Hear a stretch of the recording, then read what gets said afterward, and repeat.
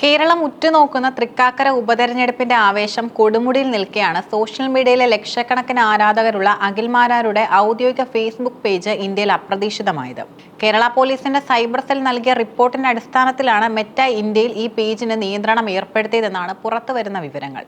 ജനാധിപത്യപരമായ ഒരു തെരഞ്ഞെടുപ്പ് പ്രക്രിയയിൽ സജീവമായി നിൽക്കുന്ന ഒരു സ്ഥാനാർത്ഥിക്കെതിരെ ഇത്തരമൊരു നീക്കം ഉണ്ടായത് രാഷ്ട്രീയ വൃത്തങ്ങളിൽ വലിയ ചർച്ചകൾക്കും തുടക്കമിട്ടിരിക്കുകയാണ്. തന്റെ ഇൻസ്റ്റാഗ്രാം പേജിലൂടെയാണ് അഖിൽമാരാർ ഈ വിവരം പുറം ലോകത്തെ അറിയിച്ചത്. കഴിഞ്ഞ 15 വർഷമായി താൻ ഉപയോഗിച്ചു വരുന്ന തന്റെ ആശയങ്ങളും നിലപാടുകളും കൃത്യമായി ജനങ്ങളിലേക്ക് എത്തിച്ചിരുന്ന പേജാണ് ഒരു മുന്നറിയിപ്പും ഇല്ലാതെ പൂട്ടിച്ചത്. ഇത് കേവലം സാങ്കേതികമായ ഒരു നടപടിയല്ലെന്നും മറിച്ച് കൃത്യമായ രാഷ്ട്രീയ ഗൂഢാലോചന ഇതിന് പിന്നിലുണ്ടെന്നും അദ്ദേഹം ആരോപിക്കുന്നു.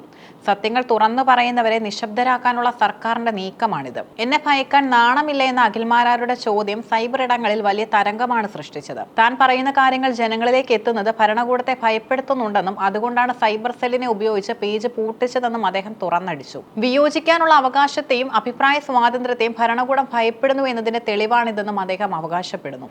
ഇതൊരു നിസ്സാര കാര്യമായി വിട്ടുകളയാൻ താൻ തയ്യാറല്ലെന്ന് അഖിൽമാരാർ വ്യക്തമാക്കിയിട്ടുണ്ട്. ഭരണഘടനാപരമായ അവകാശങ്ങളുടെ ലംഘനമാണ് ഇവിടെ നടന്നിരിക്കുന്നത്.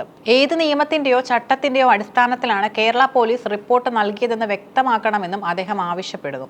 നീതിക്കായി കേരള ഹൈക്കോടതിയിൽ സമീപിക്കുമെന്നും കോടതിയിൽ നിന്ന് തനിക്ക് അനുകൂലമായ വിധി ലഭിക്കുമെന്ന ഉറച്ച വിശ്വാസമുണ്ടെന്നും അദ്ദേഹം പറഞ്ഞു.